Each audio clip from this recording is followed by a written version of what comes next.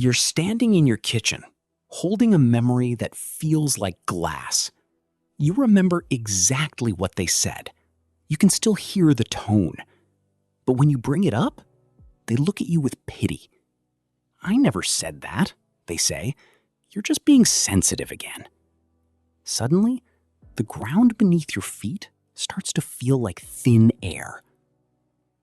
Welcome to the Thought Vault. Today, we're talking about micro-gaslighting.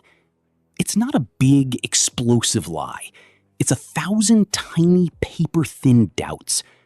It's the slow, steady erosion of your own reality and your sanity. Let's look at how this silent war starts in your daily life. It usually begins with a small, insignificant disagreement about a past event. You remember a specific detail. They insist that detail never existed.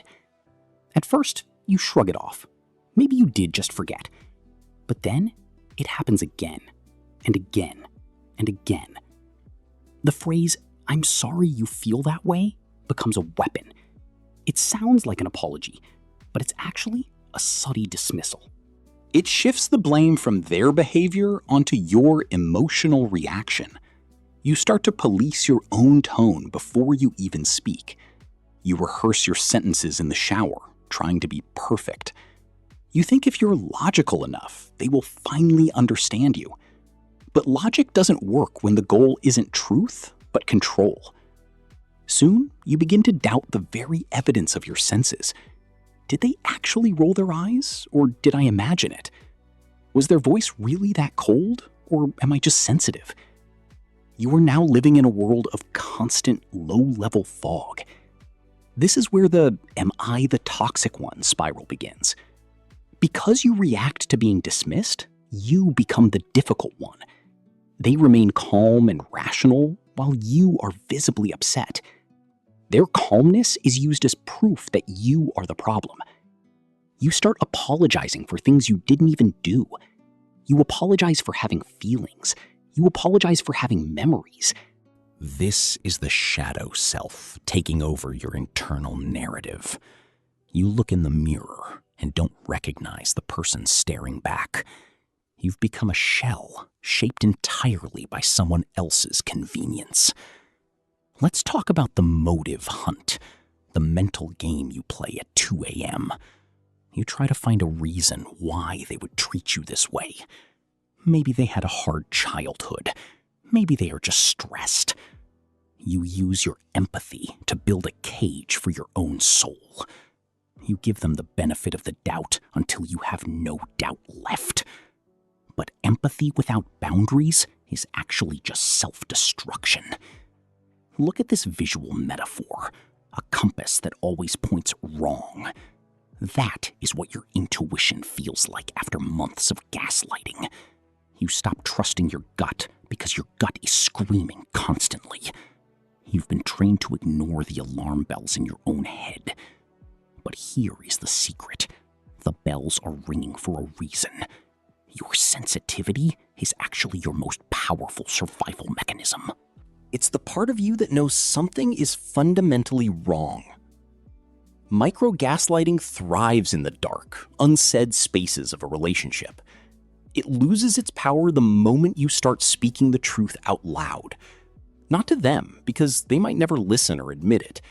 You need to speak the truth to yourself. You need to reclaim your memory like it's stolen property.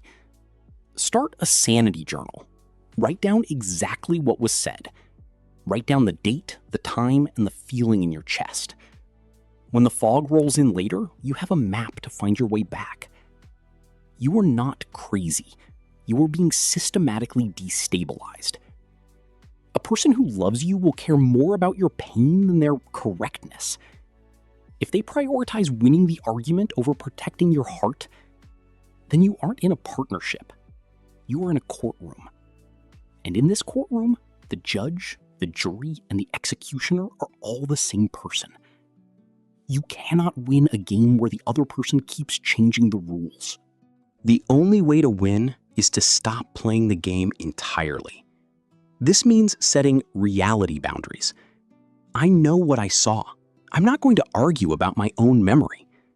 If you continue to tell me my feelings are wrong, I'm leaving the room. They will likely call you cold or mean for setting these limits. This is just the final stage of the gaslighting, the Darvo maneuver. Deny, attack, reverse victim and offender. It's a desperate attempt to regain control of the narrative. But once you see the pattern, it loses its magic over you. You realize the fog isn't coming from inside your head. It's coming from the outside, and you can choose to walk out of it. Reclaiming your sanity is a slow, quiet, and often lonely process. You will have days where the old doubts come screaming back. You will wonder if you were actually the one who ruined everything. In those moments, go back to your journal. Go back to the facts. Remind yourself that confusion is not a natural state for you.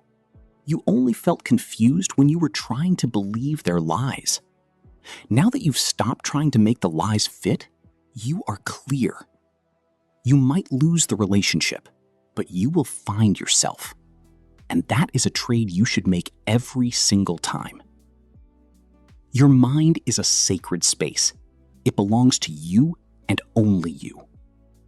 No one has the right to rearrange the furniture inside your skull. No one has the right to tell you that what you feel isn't real. If someone can't handle your reality, they don't deserve a place in it. It takes immense courage to trust yourself when the world says no. But that courage is the foundation of everything good that will follow. You are rebuilding your internal compass, one truth at a time. It might take time for the needle to stop shaking, and that's okay. Be patient with the parts of you that are still afraid to speak. They've been silenced for a long time. They need to know it's safe now. You are the guardian of your own story. You get to decide what happened. You get to decide what matters. Do not hand the pen to anyone else ever again. The fog is lifting. The air is getting clearer every day. Can you feel that? That's the weight of the courtroom finally vanishing. You are home. And this time, you brought the real you with you. Take a deep, honest breath. Let it fill the spaces they tried to hollow out. You are not a burden. You are not too much. You are just right. You are the most reliable witness to your own life. This is the Thought Vault, and today we are taking our power back. Walk tall today. You know what is real. You know who you are. Stay grounded. Trust the light. We will see you in the next one.